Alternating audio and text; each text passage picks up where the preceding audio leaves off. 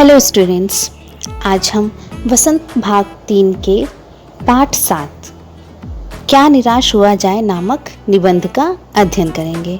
इस निबंध के लेखक हैं हजारी प्रसाद द्विवेदी जी। पाठ शुरू करने से पहले हम इसका परिचय जान लेते हैं कि पाठ में क्या है। लेखक ने हमारे समाज की आज की स्थिति के ऊपर यह निबंध लिखा है। क्या निराश हुआ जाए, अर्थात हमें निराश होने की ज़रूरत नहीं है, ऐसा लेखक कहते हैं कि आजकल समाज में ऐसा क्या हो रहा है जिससे हम निराश हो सकते हैं। इस समय हम अखबारों में, न्यूज़ में देखते हैं कि चोरी, ठगी, डकैती इस तरह की घटनाएं बढ़ रही हैं, जिससे लोग एक दूसरे के ऊपर विश्वास ही नहीं करते हैं। तो अगर इस तरह की चीज़ें हमारे समाज में ज़्यादा से ज़्यादा होती जाएंगी तो क्या होगा? तो धीरे धीरे समाज का पतन होने लगेगा, अर्थात समाज में अच्छाइयाँ खत्म होती जाएंगी और समाज में बुराइयाँ बढ़ती जाएंगी। तो इसी बात को ध्यान में रखते हुए लेखक ने यह निबंध लिखा है कि हमें निराश नहीं होना चाहिए, क्योंकि समाज में आज भी अच्छाई जीवित है और हमारी भारतीय संस्कृति ने इतने अच्छे संस्कार दिए हैं जो अभी पूरी तरह से खत्म नहीं हुई है। शुरू करते हैं आज का पाठ। मेरा मन कभी कभी बैठा जाता है। समाचार पत्रों में ठगी, डकैती, चोरी, तस्करी और भ्रष्टाचार के समाचार भरे रहते हैं। आरोप प्रत्यारोप का कुछ ऐसा वातावरण बन गया है कि लगता है देश में कोई ईमानदार आदमी ही नहीं रह गया है। हर व्यक्ति संदेह की दृष्टि से देखा जा रहा है। जो जितने ही ऊंचे पद पर है उनमें उतने ही अधिक दोष दिखाए जाते हैं। कहने का तात्पर्य यह है कि हम लोग जब समाचार पत्र पढ़ते हैं, टीवी देखते हैं, तो हमें ठगी, डकैती, चोरी, तस्करी और भ्रष्टाचार जैसे समाचार खूब देखने और सुनने को मिलते हैं। तो लेखक कहते हैं कि ऐसा लगता है कि यहाँ पर इस देश में अब कोई ईमानदार आदमी ही नहीं बचा है। हर व्यक्ति को हम संदेह की दृष्टि से देखते हैं। जो जितने ही ऊंचे पद पर है वह उतना ही भ्रष्ट होता जा रहा है। आगे, एक बहुत बड़े आदमी ने मुझसे एक बार कहा था कि इस समय सुखी वही है जो कुछ नहीं करता। जो कुछ भी करेगा उसमें लोग दोष खोजने लगेंगे, उसके सारे गुण भुला दिए जाएंगे और दोषों को बढ़ा चढ़ाकर दिखाया जाने लगेगा। दोष किसमें नहीं है, यही कारण है कि हर आदमी दोषी अधिक दिख रहा है, गुणी कम या बिल्कुल ही नहीं। स्थिति अगर ऐसी ही है तो निश्चय ही चिंता का विषय है। लेखक कहते हैं कि उन्हें एक आदमी ने कहा कि सुखी वही व्यक्ति है जो कुछ नहीं करता, अर्थात जो व्यक्ति कुछ करता है या जो व्यक्ति कोई काम करता है उसके दोषों को ही लोग दिखाते हैं या बताते हैं। उसके गुणों का कोई बखान नहीं करता है। उसके दोष को ही इतना बढ़ा चढ़ा दिया जाता है कि हमें सिर्फ और सिर्फ दोष ही दिखाई देते हैं, उसकी अच्छाइयाँ नहीं दिखाई देती हैं। इसी कारण से हमें चारों तरफ सिर्फ ऐसे ही व्यक्ति दिखाई देते हैं जो गलत हैं। अच्छे व्यक्तियों की संख्या बहुत ही कम हो गई है, यह चिंता का विषय हो गया है। क्या यही भारतवर्ष है जिसका सपना तिलक और गांधी ने देखा था? रविंद्रनाथ ठाकुर और मदन मोहन मालवीय का महान संस्कृति सभ्य भारतवर्ष किस अधिक के घोर में डूब गया। आर्य और द्रविड़, हिंदू और मुसलमान, यूरोपीय और भारतीय आदर्शों की मिलन भूमि मानव महासमुद्र क्या सूख ही गया? मेरा मन कहता है ऐसा हो नहीं सकता। हमारे महान मनीषियों के सपनों का भारत है और रहेगा। यह सही है कि इन दिनों कुछ ऐसा माहौल बना है कि ईमानदारी से मेहनत करके जीविका चलाने वाले निरीह और भोले भाले श्रमजीवी पिस रहे हैं और झूठ तथा फरेब का रोजगार करने वाले फल फूल रहे हैं। ईमानदारी को मूर्खता का पर्याय समझा जाने लगा है। सच्चाई केवल भीरू और बेबस लोगों के हिस्से पड़ी है। ऐसी स्थिति में जीवन के महान मूल्यों के बारे में लोगों की आस्था ही हिलने लगी है।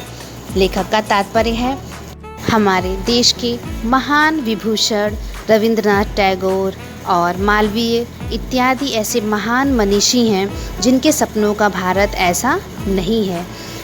लेखक कहते हैं कि आजकल का ऐसा माहौल हो गया है कि ईमानदारी और मेहनत से जीविका चलाने वाले लोगों का यहाँ पे कोई स्थान नहीं रह गया है। इस समाज में झूठ और फरेब जैसे रोज़गार फल फूल रहे हैं।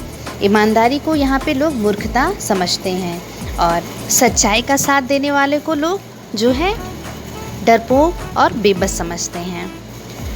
अगला है, भारतवर्ष ने कभी भी भौतिक वस्तुओं के संग्रह को बहुत अधिक महत्व नहीं दिया है। उसकी दृष्टि से मनुष्य के भीतर जो महान आंतरिक गुण स्थिर भाव से बैठा हुआ है वही चरम और परम है।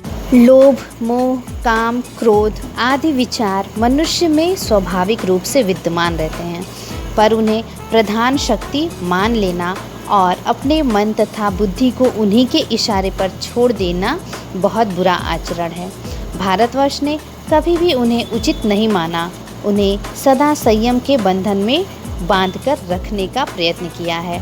परंतु भूख की उपेक्षा नहीं की जा सकती, बीमार के लिए दवा की उपेक्षा नहीं की जा सकती, गुमराह को ठीक रास्ते पर ले जाने के उपायों की उपेक्षा नहीं की जा सकती। लेखक कहते हैं कि हमारे भारतवर्ष में मनुष्य के आंतरिक गुणों के विकास पर ध्यान दिया गया है। उसमें बाहरी आडंबरों का कोई स्थान नहीं रखा गया है, उसे भौतिकवादी होने के लिए नहीं बताया गया है।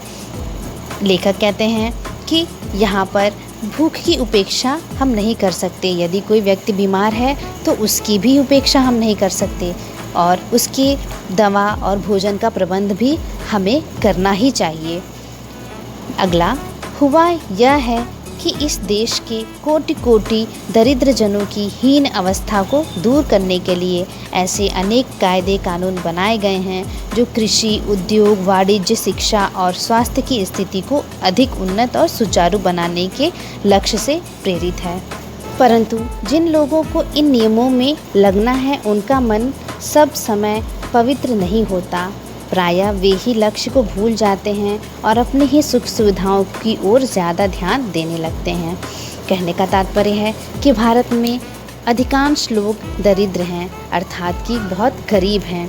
उनकी अवस्था अच्छी नहीं है, वह उनके पास न तो कृषि के लिए कोई साधन है, न उद्योग का साधन है, उनके स्वास्थ्य के लिए भी कोई भी कार्य नहीं किया गया है। परंतु इसके लिए कानून बहुत सारे बनाए गए हैं, उनको अमल में नहीं लाया गया है।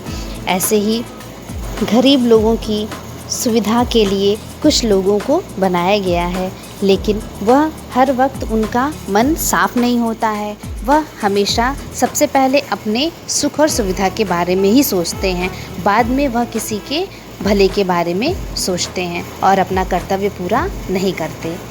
भारतवर्ष सदा कानून को धर्म के रूप में देखता आ रहा है। आज एकाएक कानून और धर्म में अंतर कर दिया गया है। धर्म को धोखा नहीं दिया जा सकता, कानून को दिया जा सकता है। यही कारण है कि जो लोग धर्म भीरू हैं वे कानून की त्रुटियों से लाभ उठाने में संकोच नहीं करते। कहने का तात्पर्य है कि भारतवर्ष में कानून को धर्म से बढ़कर माना जाता है, लेकिन उसमें कुछ अंतर धर्म और कानून में कर दिया गया है, जिससे धर्म पालन करने वाले लोग हैं वह कानून के कुछ नियमों का गलत इस्तेमाल करने में भी संकोच नहीं करते हैं। इस बात के पर्याप्त प्रमाण खोजे जा सकते हैं कि समाज के ऊपरी वर्ग में चाहे जो भी होता रहा हो, भीतर भीतर भारतवर्ष अब भी यह अनुभव कर रहा है कि धर्म कानून से बड़ी चीज़ है। अब भी सेवा, ईमानदारी, सच्चाई और आध्यात्मिकता के मूल्य बने हुए हैं। वे दब अवश्य गए हैं लेकिन नष्ट नहीं हुए हैं। आज भी वह मनुष्य से प्रेम करता है, महिलाओं का सम्मान करता है, झूठ और चोरी को गलत समझता है, दूसरे को पीड़ा पहुंचाने को पाप समझता है। हर आदमी अपने व्यक्तिगत जीवन में इस बात का अनुभव करता है। समाचार पत्रों में जो भ्रष्टाचार के प्रति इतना आक्रोश है वह यही साबित करता है कि हम ऐसी चीज़ों को गलत समझते हैं और समाज में उन तत्वों की प्रतिष्ठा कम करना चाहते हैं जो गलत तरीके से धन या मान संग्रह करते हैं। दोषों का पर्दाफाश करना बुरी बात नहीं है। बुराई यह मालूम होती है कि किसी के आचरण के गलत पक्ष को उद्घाटित करके उसमें रस लिया जाता है और दोषोद्घाटन को एकमात्र कर्तव्य मान लिया जाता है। बुराई में रस लेना बुरी बात है, अच्छाई में उतना ही रस लेकर उजागर न करना और भी बुरी बात है। सैकड़ों घटनाएं ऐसी घटती हैं जिन्हें उजागर करने से लोक चित्त में अच्छाई के प्रति अच्छी भावना जगती है। इस पैराग्राफ में लेखक कहते हैं कि किसी के दोषों को बताना बुरी बात नहीं है। बुरी बात तब होती है जब हम गलत आचरण के पक्ष में बात करते हैं, उसमें रुचि लेते हैं। लेखक कहते हैं कि किसी व्यक्ति की अच्छाई अगर हमें पता है और उसकी अच्छाई को भी हम ना बताएं तो भी यह उससे बुरी बात है। इसलिए सैकड़ों घटनाएं घटती रहती हैं और हम अपने मन की अच्छाइयों को सभी के प्रति उजागर करें और सभी के प्रति अच्छी भावना जागृत करें। आगे के अंश में लेखक कहते हैं, एक बार रेलवे स्टेशन पर टिकट लेते हुए गलती से मैंने 10 के बजाय 100 रुपये का नोट दिया और मैं जल्दी जल्दी गाड़ी में आकर बैठ गया। थोड़ी देर में टिकट बाबू उन दिनों के सेकंड क्लास के डिब्बे में हर आदमी का चेहरा पहचानता हुआ उपस्थित हुआ। उसने मुझे पहचान लिया और बड़ी विनम्रता के साथ मेरे हाथ में 90 रुपये रख दिए और बोला, यह बहुत गलती हो गई थी, आपने भी नहीं देखा, मैंने भी नहीं देखा। उसके चेहरे पर विचित्र संतोष की गरिमा थी। मैं चकित रह गया। कैसे कहूँ कि दुनिया में सच्चाई और ईमानदारी लुप्त हो गई है। लेखक कहते हैं कि जब वह एक दिन सफ़र कर रहे थे तो रेलवे स्टेशन पर टिकट लेते हुए उन्होंने टिकट के 10 रुपये के बजाय उन्होंने उसे 100 रुपये का नोट दे दिया था। फिर उन्होंने ध्यान नहीं दिया। तब जो टीटी थे वह उनके डब्बे में आते हैं और कहते हैं कि यह जो है आपने 90 रुपये अधिक दे दिए थे, और उन्होंने उस मेरे जो 90 रुपये थे उसे लौटा दिए। तो मुझे समझ में नहीं आता कि इस दुनिया में अच्छे लोग भी हैं और बुरे लोग भी हैं, तो मैं कैसे कहूँ कि सिर्फ़ और सिर्फ बुराई ही इस दुनिया में है। वैसी अनेक अवांछित घटनाएं भी हुई हैं, परंतु यह एक घटना ठगी और वंचना की अनेक घटनाओं से अधिक शक्तिशाली है। एक बार मैं बस में यात्रा कर रहा था। मेरे साथ मेरी पत्नी और 3 बच्चे भी थे। बस में कुछ खराबी थी, रुक रुक कर चलती थी। गंतव्य से कोई 8 किलोमीटर पहले ही एक निर्जन सुनसान स्थान में बस ने जवाब दे दिया। रात के कोई 10 बजे होंगे। बस में यात्री घबरा गए।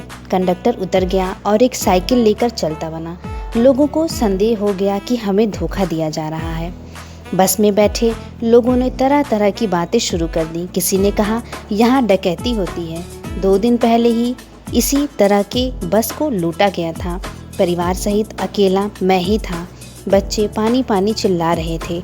पानी का कहीं ठिकाना न था। ऊपर से आदमियों का डर समा गया था। कुछ नौजवानों ने ड्राइवर को पकड़कर मारने पीटने का हिसाब बनाया। ड्राइवर के चेहरे पर हवाइयाँ उड़ने लगी। लोगों ने उसे पकड़ लिया। वह बड़े कातर ढंग से मेरी ओर देखने लगा और बोला, हम लोग बस का कोई उपाय कर रहे हैं, बचाइए, ये लोग मारेंगे। डर तो मेरे मन में था, पर उसकी कातर मुद्रा देखकर मैंने यात्रियों को समझाया कि मारना ठीक नहीं है, परंतु यात्री इतने घबरा गए कि मेरी बात सुनने को तैयार नहीं हुए। कहने लगे, इसकी बातों में मत आइए, धोखा दे रहा है। कंडक्टर को पहले ही डाकू के यहाँ भेज दिया है। लेखक कहते हैं कि जब एक बार वह सफ़र कर रहे थे तो उनकी बस खराब हो गई। बस खराब होने के कारण वहाँ पे जितने भी यात्री थे वह सभी घबरा गए और उनके मन में सिर्फ और सिर्फ गलत विचार ही आ रहे थे, जैसे कि यहाँ पर लूटपाट होती है, डाकू आते हैं और यह जो ड्राइवर और कंडक्टर हैं ये सब मिले हुए हैं।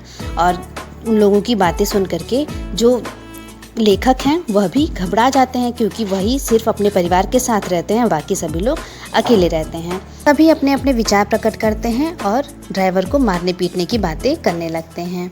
तभी लेखक कहते हैं कि मैं भी बहुत भयभीत था, पर ड्राइवर को किसी तरह मारपीट से बचाया। 1.5-2 घंटे बीत गए। मेरे बच्चे भोजन और पानी के लिए व्याकुल थे।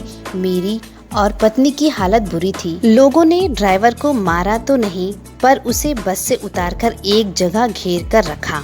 कोई भी दुर्घटना होती है तो पहले ड्राइवर को समाप्त कर देना उन्हें उचित जान पड़ा। मेरे गिड़गिड़ाने का कोई विशेष असर नहीं पड़ा। इसी समय क्या देखता हूँ कि एक खाली बस चली आ रही है और बस पर हमारा बस कंडक्टर भी बैठा हुआ है। उसने आते ही कहा, अड्डे से नई बस लाया हूँ, इस बस पर बैठिए। वह बस चलाने लायक नहीं है। फिर मेरे पास एक लोटे में पानी और थोड़ा दूध लेकर आया और बोला, पंडित जी, बच्चों का रोना मुझसे देखा नहीं गया। वही दूध मिल गया, थोड़ा लेता आया। यात्रियों में फिर जान आई। सबने उसे धन्यवाद दिया, ड्राइवर से माफ़ी मांगी और 12 बजे से पहले ही सब लोग बस अड्डे पहुंच गए। कैसे कहूँ कि मनुष्यता एकदम समाप्त हो गई। कैसे कहूँ कि लोगों में दया माया रह ही नहीं गई। जीवन में जाने कितनी ऐसी घटनाएं हैं जिन्हें मैं भूल नहीं सकता। लेखक कहते हैं कि इस परिस्थिति में भी जब सभी लोग नकारात्मक सोच प्रकट कर रहे थे, उस समय इनके भी मन में ऐसे बुरे विचार आने लगे थे। तभी अचानक जो कंडक्टर होता है वह एक नई बस लेकर के आता है और सभी यात्रियों को उस बस में बैठने के लिए कहता है। फिर हजारी प्रसाद द्विवेदी जी से कहता है कि पंडित जी, आपके बच्चों का रोना मैं नहीं देख पाया, इसलिए मैं उनके लिए थोड़ा दूध ले आया हूँ। और फिर सारे यात्रियों के जान में जान आई। उन्होंने ड्राइवर और कंडक्टर को धन्यवाद दिया। आगे देखते हैं। ठगा भी गया हूँ, धोखा भी खाया है, परंतु बहुत कम स्थलों पर विश्वासघात नाम की चीज़ मिलती है। केवल उन्हीं बातों का हिसाब रखो जिनमें धोखा खाया है, तो जीवन कष्टकर हो जाएगा। परंतु ऐसी घटनाएं भी बहुत कम नहीं हैं। जब लोगों ने अकारण सहायता की है, निराश मन को ढांढस दिया है और हिम्मत बंधाई है। कविवर रविंद्रनाथ ठाकुर ने अपने प्रार्थना गीत में भगवान से प्रार्थना की थी कि संसार में केवल नुकसान ही उठाना पड़े, धोखा ही खाना पड़े, तो ऐसे अवसरों पर भी हे प्रभु, मुझे ऐसी शक्ति दो कि मैं तुम्हारे ऊपर संदेह ना करूं। मनुष्य की बनाई विधियां गलत नतीजे तक पहुंच रही हैं, तो इन्हें बदलना होगा। वस्तुतः आए दिन इन्हें बदला ही जा रहा है, लेकिन अब भी आशा की ज्योति बुझी नहीं है। महान भारतवर्ष को पाने की संभावना बनी हुई है, बनी रहेगी। मेरे मन निराश होने की ज़रूरत नहीं है। इस पैराग्राफ में लेखक कहते हैं कि जहाँ पर हमें कुछ ऐसे लोग भी मिले हैं जो बुरे लोग हैं और कभी कभी हमें धोखा भी देते हैं, परंतु ऐसी घटनाएं और ऐसे लोग भी हैं जो अकारण ही हमारी मदद करते हैं। बिना किसी स्वार्थ के वो हमारे सहायता के लिए तैयार रहते हैं। तो लेखक कहते हैं कि हमें उन सभी अच्छी बातों को याद रखना चाहिए, और जब हम बुरी बातों को याद रखेंगे तो हमारा जीवन कष्टमय हो जाएगा। कहते हैं कि रविंद्रनाथ ठाकुर ने अपने प्रार्थना गीत में भगवान से प्रार्थना की थी कि संसार में नुकसान ही क्यों ना उठाना पड़े, हमें धोखा ही क्यों ना मिले, तब भी हमें प्रभु से इसकी शक्ति मांगनी चाहिए कि हम किसी दूसरे पर संदेह ना करें। आपको आज का यह निबंध समझ में आया होगा। अब हम क्वेश्चन आंसर कर लेते हैं। क्वेश्चन नंबर 1, दोषों का पर्दाफाश करना कब बुरा रूप ले सकता है? उत्तर होगा, दोषों का पर्दाफाश करना तब बुरा रूप ले सकता है जब हम किसी के आचरण के गलत पक्ष को उजागर करके उसमें रस लेते हैं, या जब हमारे ऐसा करने से वे लोग उग्र रूप धारण कर किसी को हानि पहुंचाएं। क्वेश्चन नंबर 2 है, लेखक ने स्वीकार किया है कि लोगों ने उन्हें धोखा दिया है, फिर भी वह निराश नहीं है। आपके विचार से इस बात का क्या कारण हो सकता है? उत्तर, लेखक ने अपने व्यक्तिगत अनुभवों का वर्णन करते हुए कहा है कि उसने धोखा भी खाया है, परंतु बहुत कम जगहों पर विश्वासघात नाम की चीज़ मिलती है। पर उनका मानना है कि अगर वो इन धोखों को याद रखेंगे तो उनके लिए विश्वास करना बेहद कठिन होगा, और ऐसी घटनाएं भी कुछ कम नहीं हैं जब लोगों ने अकारण उनकी सहायता की है, निराश मन को ढांढस दिया है और हिम्मत बंधाई है। अतः इस पाठ में लेखक ने कभी निराश नहीं होने की प्रेरणा दी है। हमें कुछ भी हो जाए, कितनी भी नकारात्मक परिस्थितियां हमारे सामने आ जाएं, लेकिन हमें निराश नहीं होना चाहिए। इन दोनों प्रश्नों के साथ साथ आज हम अपना और होमवर्क भी कर लेते हैं, जैसे क्वेश्चन नंबर 1 और 2। यहाँ पर एक वाक्य है, उसके बारे में आपको अपने विचार लिखने हैं। और आपके सपनों का भारत कैसा होना चाहिए, इसको भी आप अपनी फेयर कॉपी में लिखेंगे। Thank you.